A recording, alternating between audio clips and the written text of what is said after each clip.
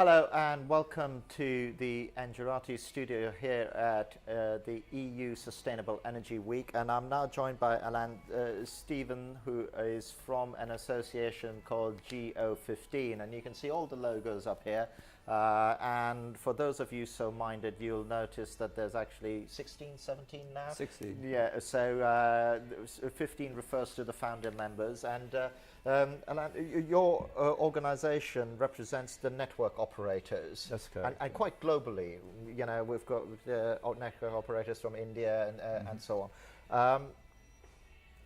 So tell me, what are the sort of short and medium term, and we'll go into the long term in a second, but challenges that network operators are facing in terms of playing their role as part of the sustainable energy mix? Yeah, so as you said very well, we're from all over the world. We have 16 members that basically serve 3.4 billion customers. That's about 70% serving the load. That's about 70% of the total world load. And our members are on the 6 continents, so we have every continent represented. And our members do have a number of diverse challenges, but those challenges that are in common is that power grids need to expand worldwide one way or another, so that we can maintain the reliability and the resilience of the grids. So challenges are diverse. Obviously in China it's a rapid expansion, same in India, rapid expansion of the consumption, so you need to reinforce the grids. In the more established countries like Europe, for example, where the growth of the demand is less, the challenge is moving to the new energy mix. So that's connecting the wind energy, the wind generators, the photovoltaics. And the problem there is that those energy sources are located at different places. Often it's far from the load centers. So one way or another, we need to reinforce the power grids. We also need to reinforce the power grids in terms of resilience because of nature-related events like Hurricane Sandy, like the tsunami in Japan. Hurricane Sandy affected PJM, one of our key members on the east coast of the United States. Tsunami obviously affected our member TEPCO. And so with all of that, if we can, let's say we focus in on the renewable side, and we'll go into the sort of disaster resilience in a second. It seems to me one of the key issues about renewables, well, we all know that they're intermittent, and that creates some of the problems. But I feel that some of the economic, regulatory and market structures that are being put in place are giving no incentive to the grid operators to put in the type of capital investment needed to build a fit-for-purpose grid, because there is a diverse pressure. The grid needs to be resilient and fit for purpose, and by fit for purpose in Europe I mean able to take intermittency into the system. Would you agree with that? Is that something? Well, I do agree with the fact that the grids need some support for what we call synthetic inertia. In other words, as more and more intermittent sources are being connected to the grid is losing inertia, and that means it's more subject to instabilities and things like that. So there need to be some inertia, for example, in terms of using storage solutions. So the question is, are there mechanisms to incentivize storage? Well, I'm not going to speak for Europe because I'm not good enough to know the situation here, but we do have markets in the PJM area in particular, and some other region of the United States where there are organized markets that provide incentives for third parties actually to introduce some resources that will make up for the intermittency. So, but one of the issues with storage, and we covered quite extensively the pilot project that Northern Power Grid have done in the UK, where they've put in, I think it's like 7 storage units for various degrees. And they said to us that the economic case doesn't stack up. They could not have done what they did without contribution from the low carbon fund. So it needs a subsidy. So to me, I think storage, the cost is still way too high unless you've got some form of subsidy to help it along. Well, yes, I agree in the example you take. You need to set up the right mechanism to make the whole thing viable. I'm going to give you an example where it works. In the PJM area, right?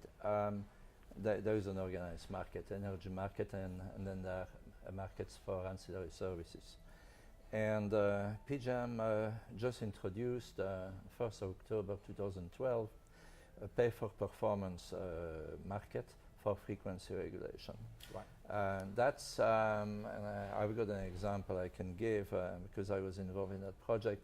That will pay you between $30 and $40 per megawatt hour to provide a response to a signal coming from the system operators. That means that a battery, a 1 megawatt battery, for example, could be paid off in less than 5 years. So the market is paying for it. So that is where the market has been set up, understanding the challenges and say, we're going to reward this type of behavior. Yes. It's not just about consumption, it's about rewarding behavior. So generation that can ramp is rewarded, for example, and generations where you can use it for frequency regulation, there's a reward inherent in that. But that's not that common. I mean, I don't see that as being a prevalent part of the market dynamic. No, not yet, because it's new. Right. You know, this was introduced 1.5 years ago. Right. And the reason the US regulator introduced this rule is to make up for the intermittency of renewable generation, and that's the reason why. Otherwise, you had 5 minutes to respond to a signal from a system operator. Now you're rewarded for providing that response every 2 seconds, right? But there is another mechanism which is called demand response, participation, or demand side management. And that's another form of making up, not as good as fast responding storage, but demand response is another mechanism to make up for the variations. Because that's what a lot of people are also talking about. I know one of our interviews we did, a gentleman from Airgrid was saying that actually storage is just one part of the mix. There's almost an over focus on, and maybe battery manufacturers, it's in their interest to create that focus. But they were saying, but the intelligent connection between different generation sources using demand response, that can almost act as a storage or a buffer to keep that resilience and that stability. You're absolutely right. Storage is a part of the portfolio. What you need is you need a portfolio of active generation, flexible loads, and storage. And when you optimize that portfolio together, then you have a virtual generation, if you wish, that will respond to the needs of the grid. And but in order to build that portfolio, you have to have regulation that provides the incentives for third-party companies to come and introduce those solutions. A lot of those solutions are behind the meter. About 50% of the load controlled is behind the meter, not in front of the meter. And the utilities cannot affect or control what's happening behind the meter. And more you're going to see microgrids building up, and that will be all behind the meter. So what you have to do is provide the incentives. And with that, there is also a danger where so there are two questions. Let me structure it properly. Let me not ask them both at the same time. There is a danger that the utility business loses control of what's happening, because at some point or the other, and I think we're pretty close to it, there is going to be a tipping point. We're already seeing it with some of the case studies coming out of IKEA and Walmart. These big companies are taking control of their own energy destiny, sometimes with a conversation with the utility, more often than not without. They're saying we can now afford to put PVs on all our roofs, we can already do that. So suddenly the utility isn't controlling that, and control is the wrong word, but it's not an active participant in that dialogue. Take it down to a micro level. You know, if it's not that far away when I can get to a point where I can afford to put solar panels on my roof, and then suddenly have the potential to be a net exporter rather than a net importer of the utilities. I feel that if that moves as quickly as it can move because of the technology pressures, the utilities, without being in the dialogue, there's a danger of creating a lot of instability in the grid, isn't there? Well, yes and no. I believe, personally, I'm a firm believer that if you get the right incentive, you're going to have much better control of the resources than if you were trying to control them remotely. From a utility perspective, it's difficult to go and control 2 million PVs on the roofs. So what you need is you need some local self-regulation, and that self-regulation is best provided through incentives again. And I'm not going to take your time in giving you 1,000 examples, but every time you send the right signal, we get better control of the frequency. And we see that with storage in the PJM area, for example.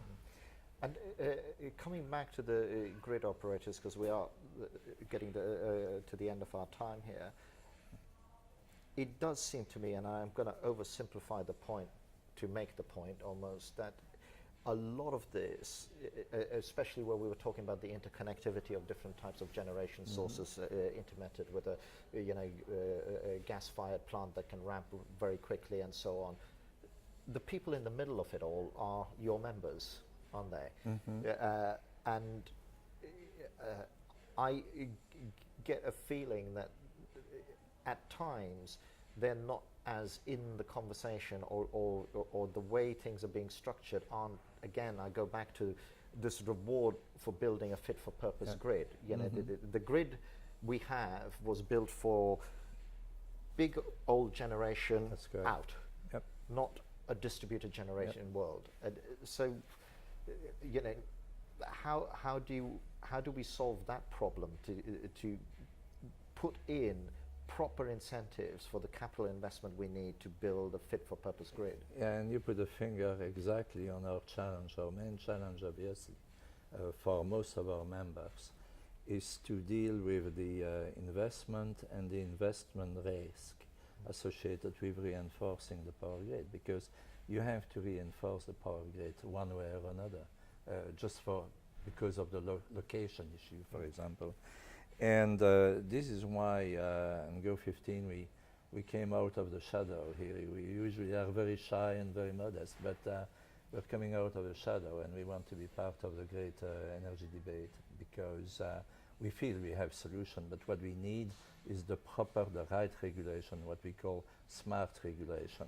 That will provide the right incentives to the right entities to provide the reliability needed for balancing the grid. And the solution rests entirely with the with regulation?